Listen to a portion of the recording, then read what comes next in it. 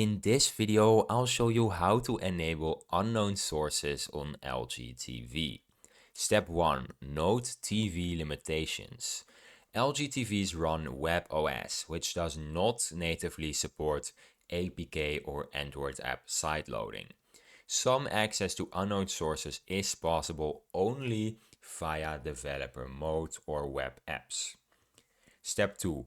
Activate developer mode. Go to the LG Content Store and search for Developer Mode app. Install and open the app. Sign in with your LG developer account and turn developer mode on. If you do not have a developer account, you can just create one. Step 3. Install third-party apps. In developer mode, you can deploy .ipk WebOS package files via PC or network. Use WebOS IDE or sideload apps from your computer using the same network.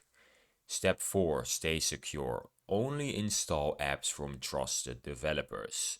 Enabling unknown sources increases your risk. Always review file origin. And that's it for this video. If you found it helpful, then please subscribe. And if you have any questions, you can just leave them in the comments and I'll be happy to help you out. Bye.